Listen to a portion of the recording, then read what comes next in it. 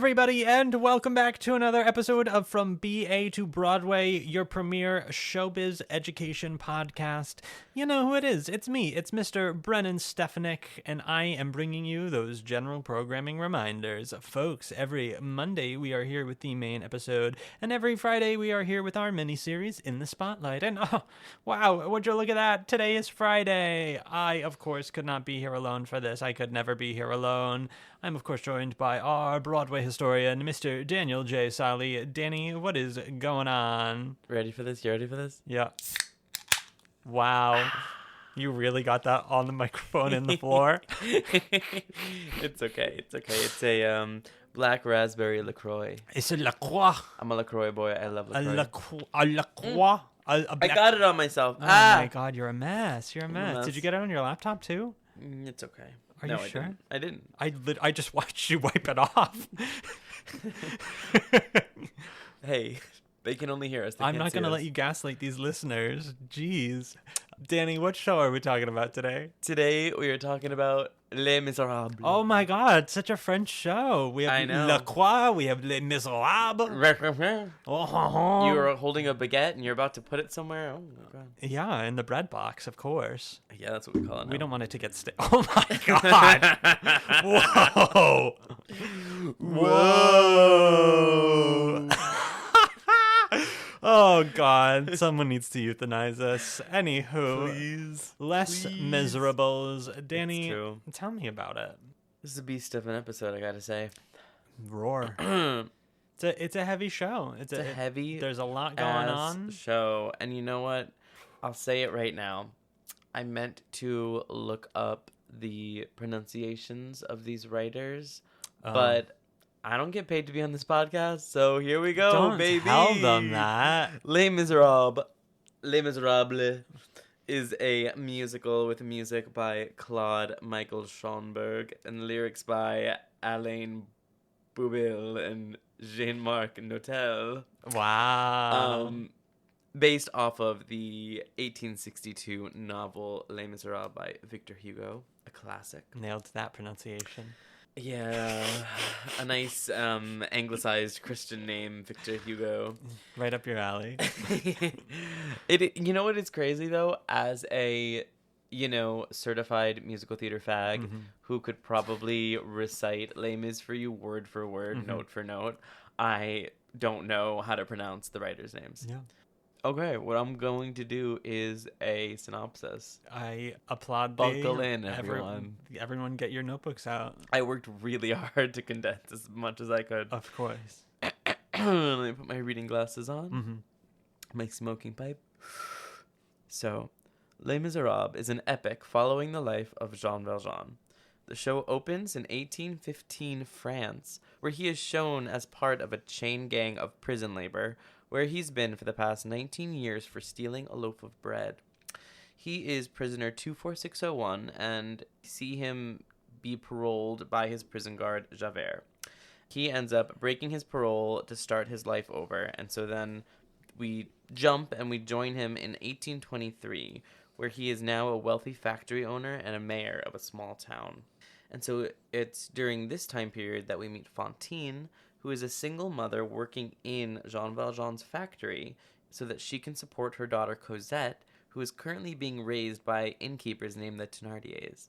Her being an unwed mother spreads through the factory, which causes her to lose her job and resort to prostitution. During a fight with a customer, Javert is called to the scene, as well as Jean Valjean.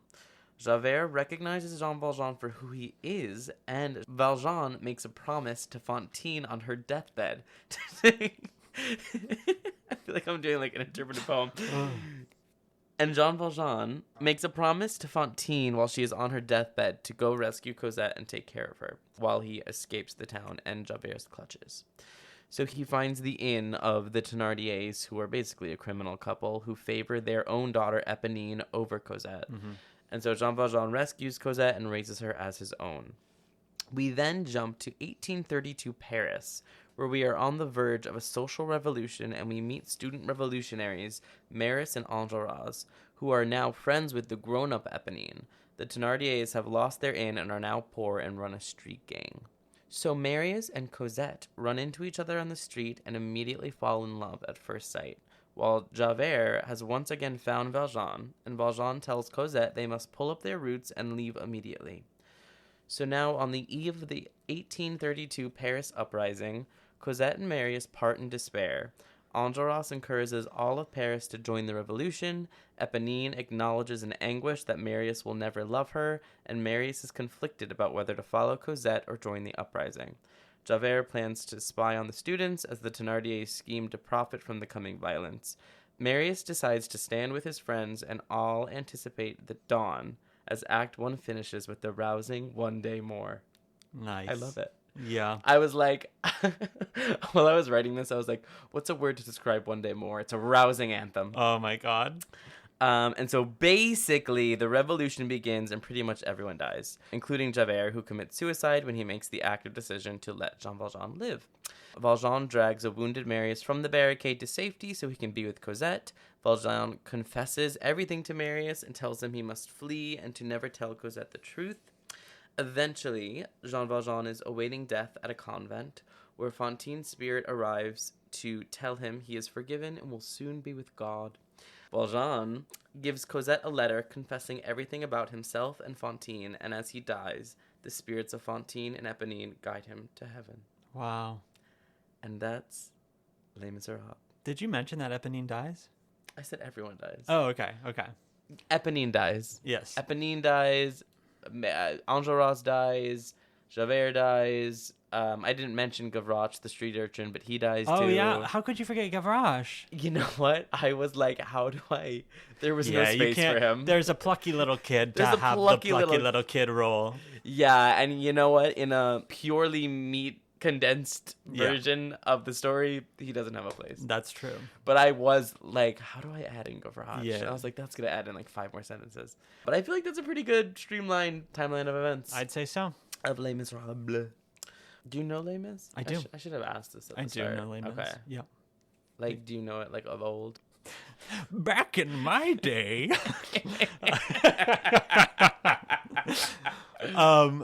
What do you mean by that? I don't know. Do you like know it? Like, I'm familiar with it. I don't know if it was like a Long Island. Maybe it was a Long Island community theater thing.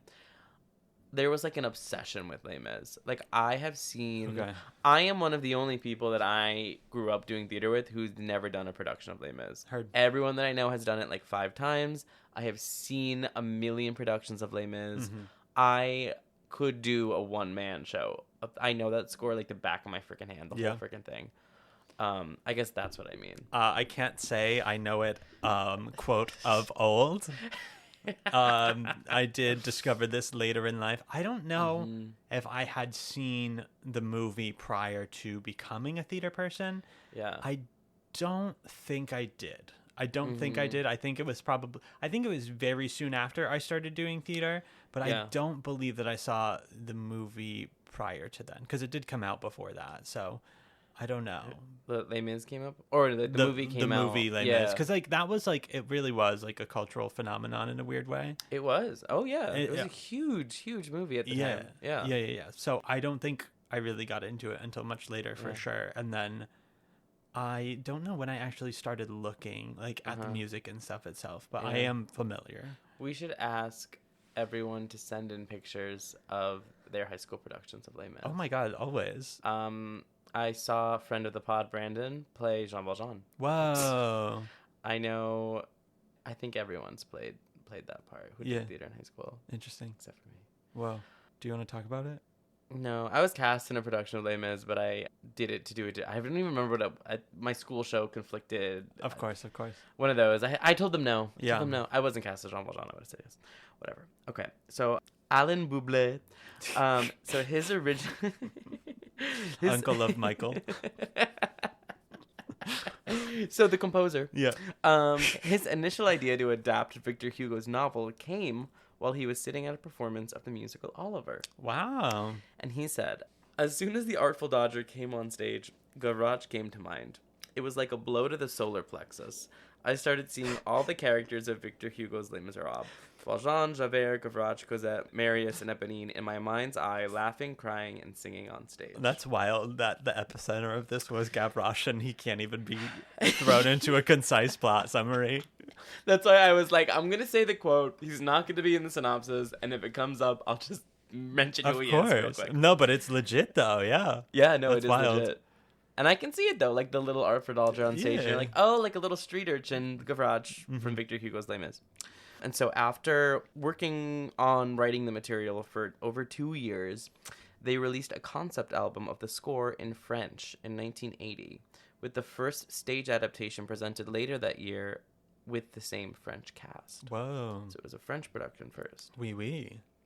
And then in 1983, right after producer Cameron Mackintosh opened Cats on Broadway, he received a copy of the French concept album from director Peter Farago, who asked Mackintosh to produce an English-language version of the show.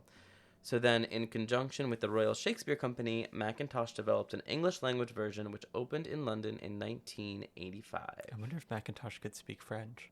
Probably. I would hope so. And so the original London cast included Colm Wilkinson as Jean Valjean, Roger Allam as Javert, Patti LuPone as Fantine, Wow. Francis Ruffel as Eponine, and Michael Ball as Marius. Not to get on my Patti LuPone thing. Get on your Patti LuPone Isn't thing. it crazy that she's everywhere? Oh, yeah. She is the original. She's the first person who sang I Dreamed a Dream. Yeah. That's insane. And so I'm going to tell you a story about Patti. Tell me a story about Patti. So I don't know if you know this about Les Mis, but pretty much, especially nowadays, I think it might have been a little less so in the original run, but like all of the characters play all of the parts. Like the only two principal contracts in a Les Mis production are Jean Valjean and Javert. Wow. Because they are the two characters who are in the whole show. Mm-hmm. Everyone else is considered ensemble because like Marius is in the whole first half of the show until he has to put on his Marius costume and become Marius. Patti LuPone is Fantine. She dies in the first 20 minutes of the show. She's Patti LuPone, so she said, fuck that. I'm not going to be in the ensemble. So after they staged her death scene, anytime they were staging an ensemble number, she went and hid in the upstairs of the theater so that they wouldn't be like, oh, Patti, come on stage for this. No way. And so there was one day where she got caught when they were staging the scene at the barricade where like the barricade boys are all getting shot at. So she got dragged into the scene. Like, Patti, we need you to play a desk in the barricade. Literally. So she was annoyed about it. And so she had a huge dramatic death where she like flopped on the barricade. And then she went back to her hiding ways until Fantine comes back at the end of the show. Mm-hmm. And so for years, canonically, the show is still running. The London production is still running. The Fantine track is in, does the Fantine at the beginning of the show, dies as Fantine, comes back an hour later, 2 hours later as a barricade boy, and then comes back later to do the Fantine death. That's iconic. Because Patti LuPone That's so was like, I'm a principal, funny. I'm not an ensemble member. Wow. Yeah. Is there an ensemble? Like, are there extra ensemble members? Yes, Okay, there I was going to is. say, it feels way too big for it to Oh, just no, be... it's not just like the characters are the ensemble, Yeah. but like if you're cast as Marius, you're not only playing Marius. Yeah. You are like townsperson at the beginning of the show. You're part of the chain gang. Like you're part of the whole show until you are Marius. Gotcha. I think in the most recent Broadway revival, I'm just saying Marius because I know Andy Mientus, who played Marius, was saying that he had the least offstage time out of anyone in the whole show. Wow. He was like, I had a 15-minute break to put my Marius costume on. Other than that, I was in the show. That's crazy. Yeah. Unless you are lucky and play the Patti track. I saw that show. I wonder if I saw him. Maybe. I don't know. So the London production is still playing. That's crazy. How many years has it been? Since 1985. Wow. Mm-hmm. They've changed theaters a couple times. Mm-hmm. So it's not the same exact theater. Yeah. And there has been some restagings since, but it has been a continuous That's production. longer than anything on Broadway. I think it is the second longest running musical in the world after The Fantastics. What? And what? The Fantastics? Oh, The Fantastics is the longest running show ever. Where? It ran off Broadway for like a bajillion years. I did not know that. Oh, yeah. What an obscure show. Oh, you didn't know about it? It was in like a tiny little off-Broadway theater for 42 years. That's insane. Yeah. That's insane. Mm-hmm. Yeah. How does that have that much of a following to go for 42 years and be financially viable? I do think it was like a small production. Mm-hmm. Like, I didn't get to see it. I mean, they closed like not that long ago. Like 2011, I think they closed. Wow. That's crazy. And so Les Mis is second to that. Yeah. But it's still running and Fantastics is not, so it could very easily overtake it. That's fair. Another Patty fun fact Hit me with is it. that she is the only person from the production who won an Olivier. But she was nominated for both Les Misérables and The Cradle Will Rock, which is another West End show that she did that same season. And so we will never know which role she won for. Isn't that crazy? Could they not tell her? Well, she was technically nominated for both, for like lead actress in a musical. And then she won, and they were like, Patti LuPone, Les Misérables, The Cradle Will Rock. I would like to know which, though, was the more inspiring performance, so I could be like, yeah. And there's probably a world... I lost to myself. There's probably a world where she could, I don't know, take a poll? Yeah. We're talking about 1982, though? I don't know. There has to be, like, an envelope somewhere with that She information. doesn't know. She wrote it in her memoir. She's like, I do not know which performance I won for, or if it was just, like... I would have to. For both of them at the same time. I don't know. I have to know. But isn't that just, like, a weird fact that you could be nominated in the same category for two different things and beat yourself and technically win for both? Like, if you watch the acceptance, it is literally like, and the award goes to Patti LuPone, Les Misérables, The Cradle Will Rock. Wow. And it's crazy. Like, which one? And so then the show transferred to Broadway and opened at the Broadway Theater, aptly named, in 1987. Colm Wilkinson and Frances Ruffelle both transferred with it. Other than that, it was a totally different cast. Because Patty talks about how that was... She said that was the perfect production. And I knew that any other production of Les Mis I would ever do would pale in comparison. So I said no. Heard. And she cried the whole time on the plane ride home, but does not regret her decision. David Bryant played Marius. Judy Kuhn played Cosette. Randy Graff played Fantine. And Terrence Mann played Javert. This production ran for 16 years before eventually closing in May of 2003. At the time of its closing, it was the second longest running Broadway musical. I think it has been surpassed by a couple things by now. But I think Lion King. is number one. Phantom, Wicked. Yep. All those good stuff. Also, I mean, Judy Kuhn got nominated for Cosette, and I think that is like... Yeah. How'd you do that, Queen? Literally. The most two-dimensional one-part character I've ever seen in a show. And she gets a Tony nom for it. Pop off. Insane. So then, just a few short years after, we got a 2006 revival at the Broadhurst that was initially supposed to be a limited run, but was so successful they made it open-ended.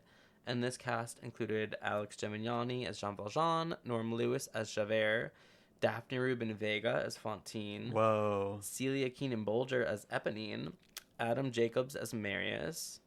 Ali Ewalt as Cosette. And Gary Beach as Thénardier. And this revival closed in 2008.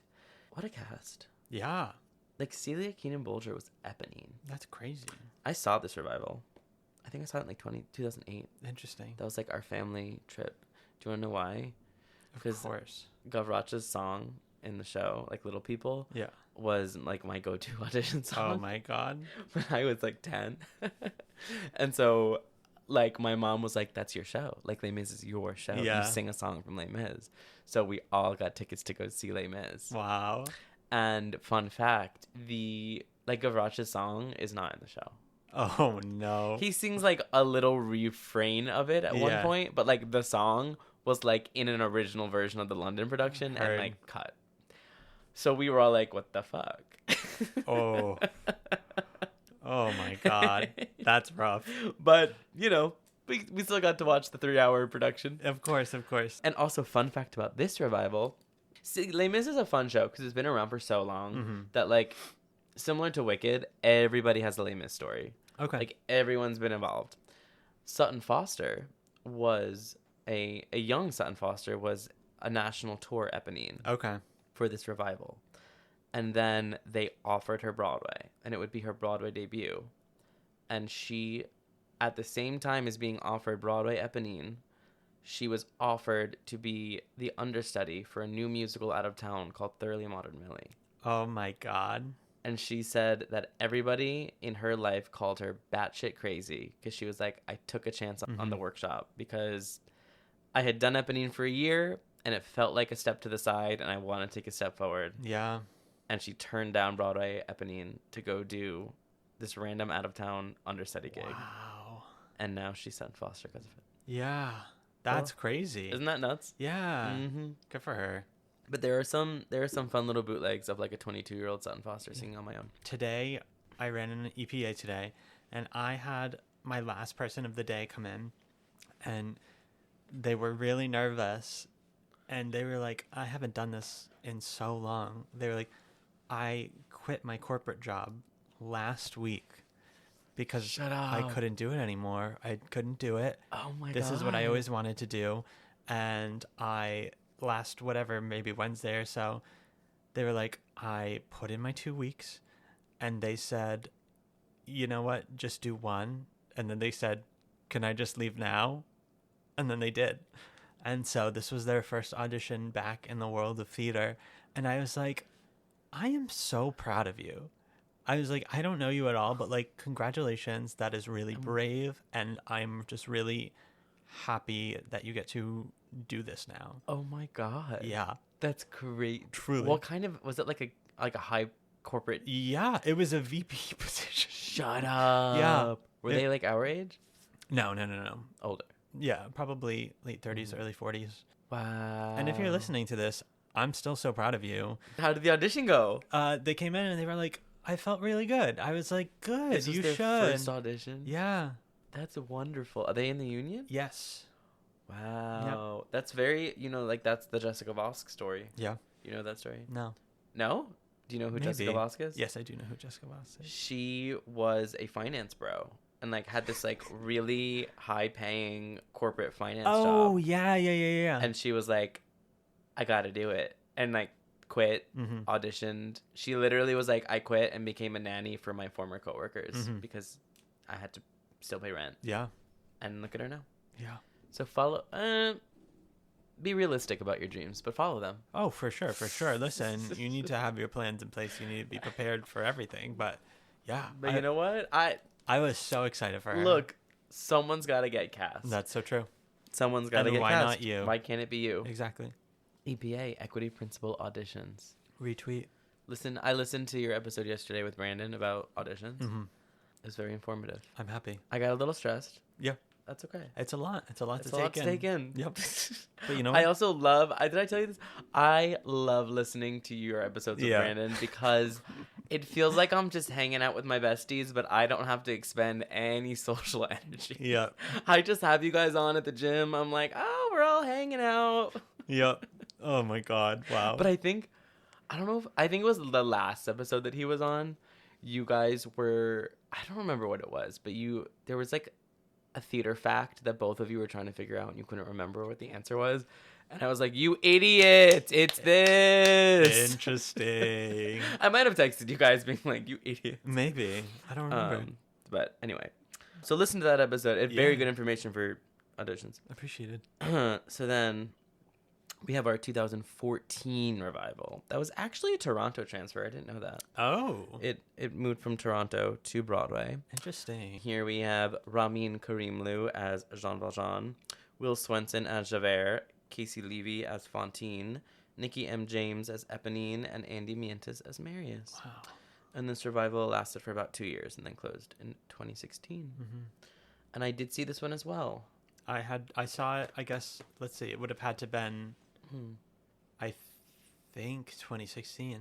Yeah. I think it would have been either my spring semester of my freshman year or my fall semester of, do we know when it closed? What time of the year? Okay. Well, regardless, it had to have been one of those. Yeah. Of my sophomore year. So interesting. It was a good revival. I really enjoyed it. It was very good. Yeah. Ramin has got that voice. I mean, I was sitting like last row balcony. I could count every single one of his freaking abs, man. Wow. And it was cool. I saw, it was like 7 of their last performances of the original cast. So it was like Casey, Andy. Were they all in it the whole time? Will Swenson. No. Okay. They opened it and then they all left together. Oh, wow. And so I just happened to be at their last performance. So like Michael Arden was in the audience because they're married. And Who? yeah, that's a cool. Who was Michael Arden married to? Andy Mantis. Oh, yeah. Did you know that? I did in some recess of my brain. I feel like we talked about this very recently. It's possible. It's possible. I don't know what's in my throat today. It's possible. It's possible.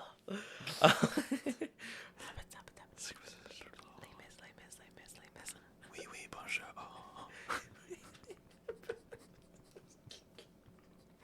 That's what the original concept album sounded like.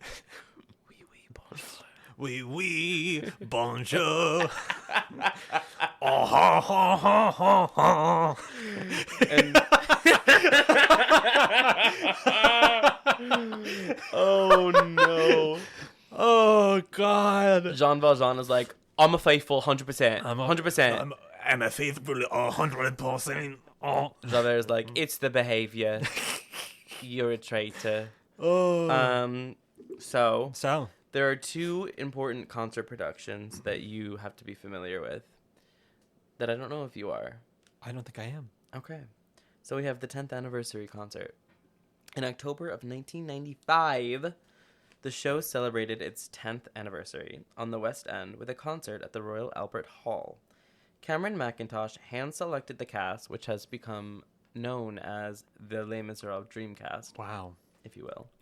And which included Colm Wilkinson as Jean Valjean, Philip Quast, Phil as Javert, Ruthie Henshaw as Fantine, Michael Ball as Marius, Judy Kuhn as Cosette, and a young Leah Salonga as Eponine. Wow. That's a really cool... I mean, that was such a cool concert because he basically just handpicked his favorites out of people who have done it, like, on Broadway, on the West End, on tour. Like, he just assembled his dream cast of anyone who's done Les Mis. That's amazing. It's the Les Mis Avengers. And that is my favorite... They made a soundtrack of it. It is such a good soundtrack. If you're gonna listen to Les Mis, like, that's the one that I recommend. Heard. I think Ruthie Henshaw is the definitive I Dreamed a Dream. Oh my God.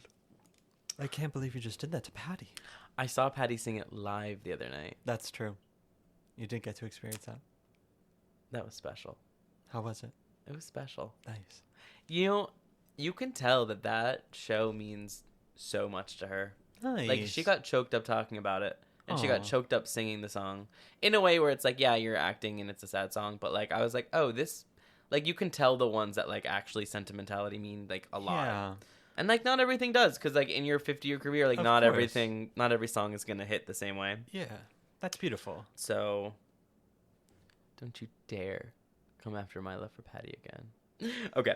So then we have the 25th anniversary concert. So in October of 2010, they had a concert to celebrate, you guessed it, 25 years of Les Mis. Whoa. And this one had Alfie Boe as Jean Valjean, Norm Lewis as Javert, Leah Salonga returning as Fantine this time. Wow.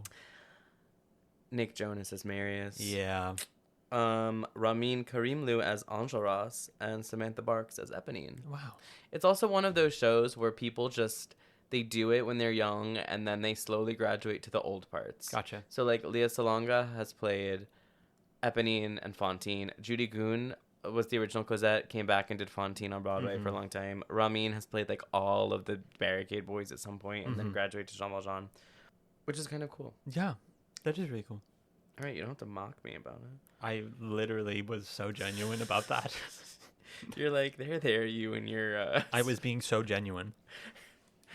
Guys, you don't know what face he's making. Yeah, like they'll ever believe you. Okay. Wow. In 2012, we got the movie musical adaptation, directed by Tom Hooper. This movie starred Hugh Jackman as Jean Valjean, Russell Crowe as Javert, Anne Hathaway as Fantine, Amanda Seyfried as Cosette, Eddie Redmayne as Marius, Helena Bonham Carter and Sacha Baron Cohen as the Thénardiers, Samantha Barks as Eponine, and Aaron Tveit as Enjolras. And both Cole Wilkinson and Francis Ruffelle had special cameos in the movie, which is sweet. And Daniel Huddlestone played Gavrage. Thank you. Thank you very much. Daniel Huddlestone played Gavrage. Of course. And something that they did for this movie that I wish they did with Wicked is the movie was like full of people who had famously performed in Les Mis on Broadway, West End tours. Like they kind of like the ensemble was made up of Les Mis alum, if you will. That would be way too distracting in Wicked.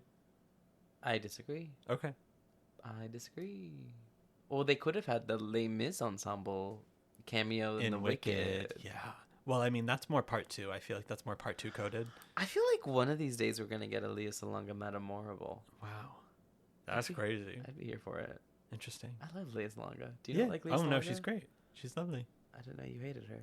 I don't. Were you the person who snuck into her dressing room? No, I took a selfie with her after I saw it once on this island, but there was just so many people, and then she seemed kind of annoyed about it. I think she had left when I saw Once on this Island, so I didn't see her do it. I don't know if I've ever seen her live. I don't think so. Heard. That makes me sad. You will someday. I hope. Yeah. Yeah.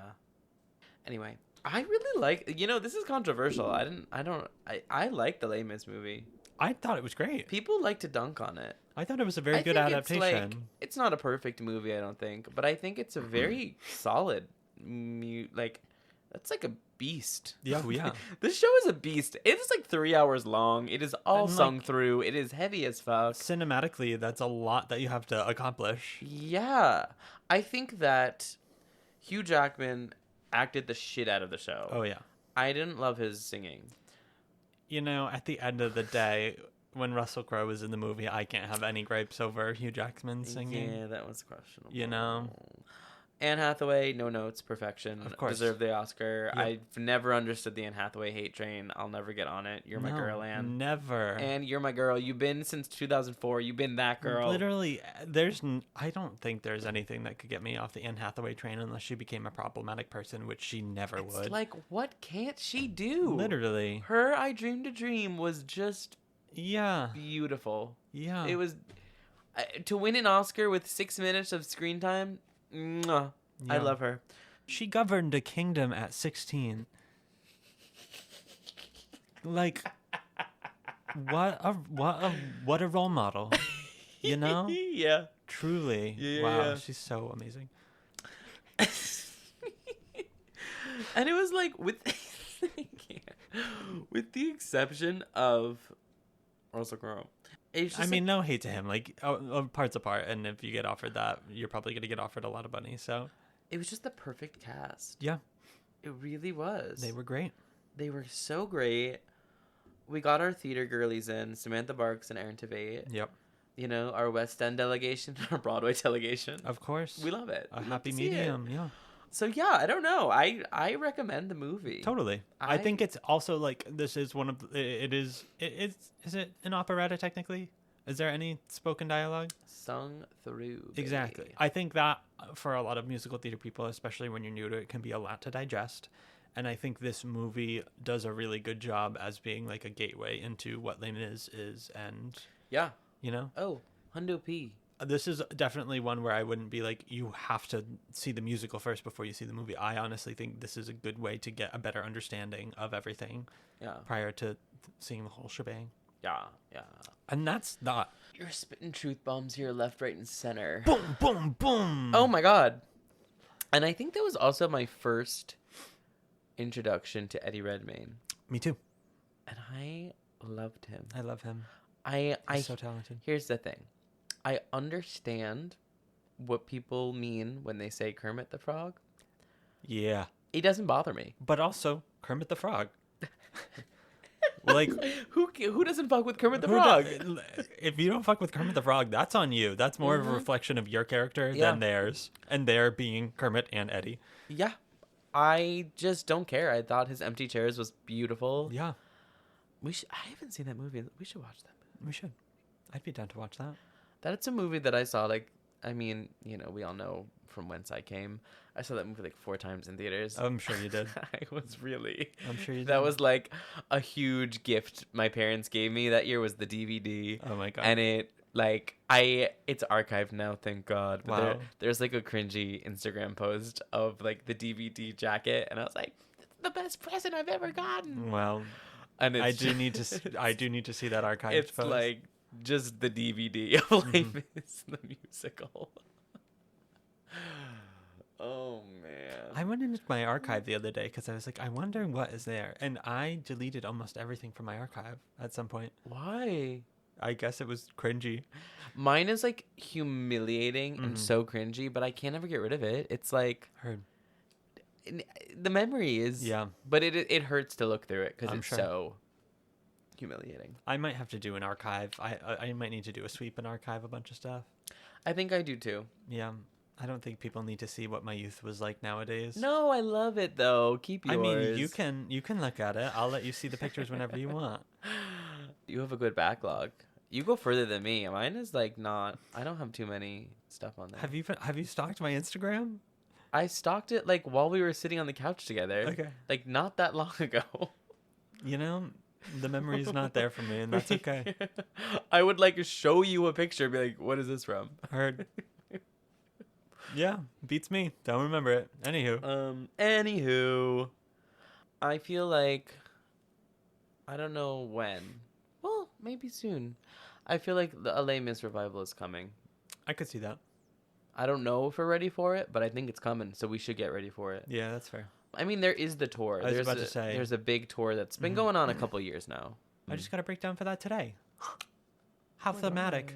Wow. You should audition for it. It's male swing undercover Valjean. Or Javert. I don't remember which one. Maybe not. Yeah, not for me. I could see that tour coming to Broadway. Yeah. For a stint or forever. I don't know. You know, I don't hate the trend of tours having a pit stop on Broadway. Yeah. Why not? Like, it's kind of fun. Because Yeah. it's like, yeah, I don't think we're going to get a Mamma Mia full revival. So it's like, if we get 3 months of Mamma Mia on Broadway for us to go see it, like, tours don't come to New York. Also, quite frankly, You when know? my friends are in tours, you want me to take a bus to New Jersey to see them? That's the tricky thing. You want me to go upstate to see my So friends in their It's tour? kind of nice because, like, usually I mean, sometimes there is obviously overlap of like something that's running on Broadway with a tour out, but a lot of times it's like things that aren't running anymore go on a tour, and if a theater's empty, I mean, the financials will probably have to be just so for that to happen. But like, Yeah. I kind of like that trend of like, you know, like a 3-month stop on Broadway. Like, For why sure. not? So I think I am here with the answers to all of Broadway's problems. Wow, you should call someone. I'll call Patty. Do it. I think the time is right for Patty LuPone, Jean Valjean. Yeah. Yeah. Yeah. Yeah. I fear we might have devolved. Yeah, we need to go. Oh, quick shout out. Where are we going tonight, you might ask? Oh, we're going to see a friend of the pod, Sarah Hogwood, in her one-woman show. The Things I Did While Waiting for You to Fall Back in Love with Me. Playing at the New York Fringe Festival. Yeah. The name of the theater is escaping me right now, but I think by the time this episode comes out, they will have like 4 more performances. Yes. So check Sarah out on Instagram and you can get tickets. Mm-hmm. I'm going to insert, actually right now we're going to cut and I'm going to insert our reactions after the show.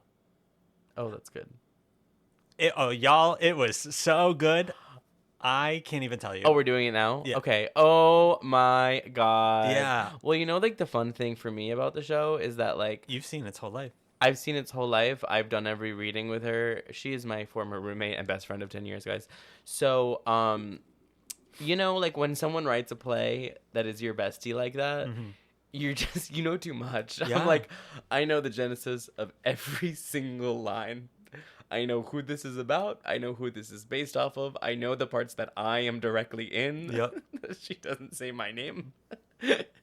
So it's kind of fun when a bestie writes a play because you're like, oh, I know too much. Yeah. Like, I bet, like, Sondheim's besties were like, oh my god, you freak. Yeah. Who the fuck is this wolf? Who is the wolf? Tell me I'm not the wolf. Steven, tell me I'm not the wolf. David! David! Oh. Wow. Oh, and you know another fun tidbit about Les Mis, just to get us back on track before we end this godforsaken episode. Well, we should have a 3-hour episode just like Les Mis. So true. So true. I think it was the 2016 revival. So one of Lin-Manuel Miranda's favorite musicals is Les Mis. Mm-hmm. It was like his inspiration growing up. Loved it. He loved it. It was one of those for him. And so they let him just like be in the 2016 revival for a night. Wow. Who did he play? I think he was like one of the revolutionaries or something. Phenomenal. I think like maybe choreograph. Great.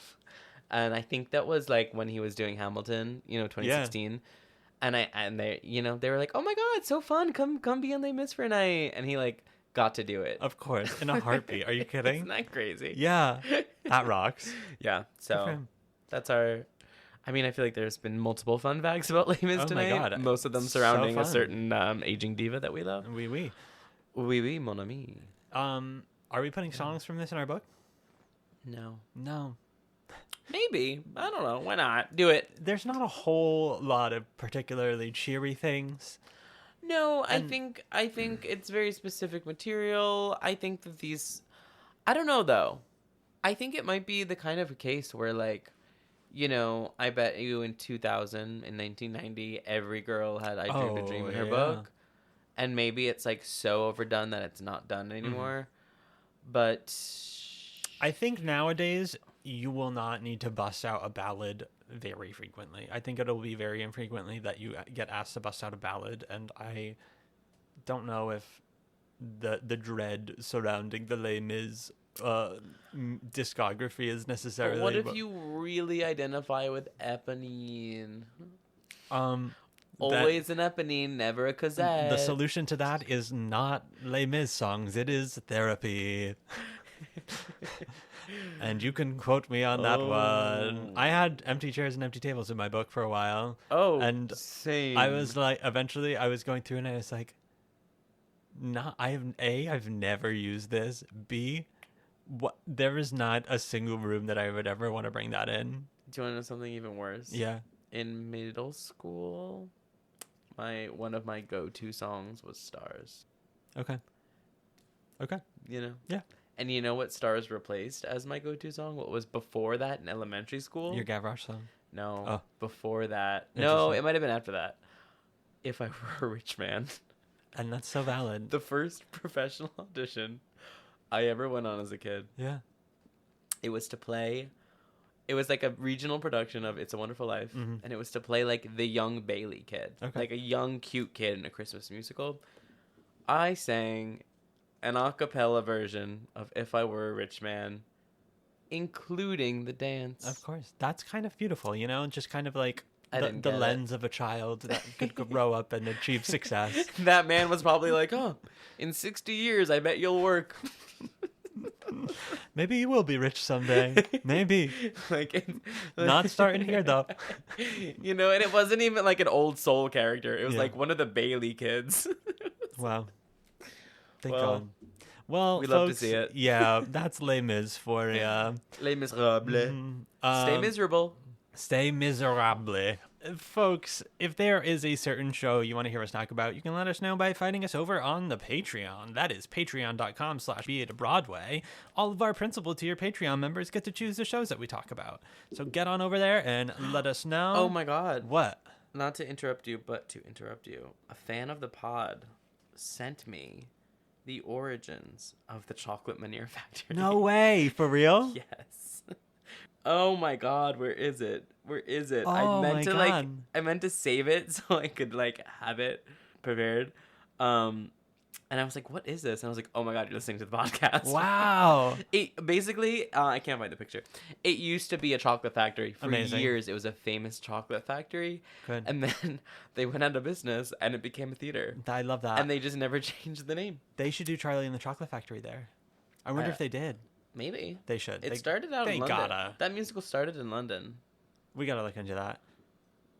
Another fan of the pod, send us that information if they've ever done Charlie the Chocolate Factory there. Please. Wow, I love that. Yo, send us messages. Send us information. Please. We love it. We receive them so well. Yeah. If we question things or are wrong or have bad opinions, we never have bad opinions. But if you think we have bad opinions, put it in the comments. Say it to our faces. Let us know. Go up to Brennan when he's working in EPA and get in his face and yell about it. Don't you dare do that. I will kick you right out. Be like, Patty LuPone has the best I dreamed a dream, and spit on him. I will. If you spit on me, I'll be upset. But if you yell that at me, I will be like, oh. You're like, take it up with my gay roommate. Did Danny send you? I don't know. Take it up with my gay roommate. But yeah, in summary, send us messages. If you have fun facts, let us know. We would love to hear from you. Send us, if you have pictures of yourself in your high school productions of Les Mis, post them on your story, tag us, we'll repost. Please. Nothing is better than a high school production of Les Mis, and you can see the different ways that they write 24601 on this 17-year-old boy's chest that is underdeveloped, and you're wild for that and, one. They go wild for that. 246, and then they pull the shirt down, and it's just clearly a magic marker 24601, and half of it's streaking down. Listen, we do our best. I love community theater. It's so good. Send us all those photos. As always, folks, you can find us on most social media platforms at BA to Broadway. You can find me at Brennan Stefanik. You can find me at DSauls. And until next week, folks, bye. From BA to Broadway is created, produced, and edited by Brennan Stefanik, music by Dylan Kaufman, and cover art by Jordan Vongsithi.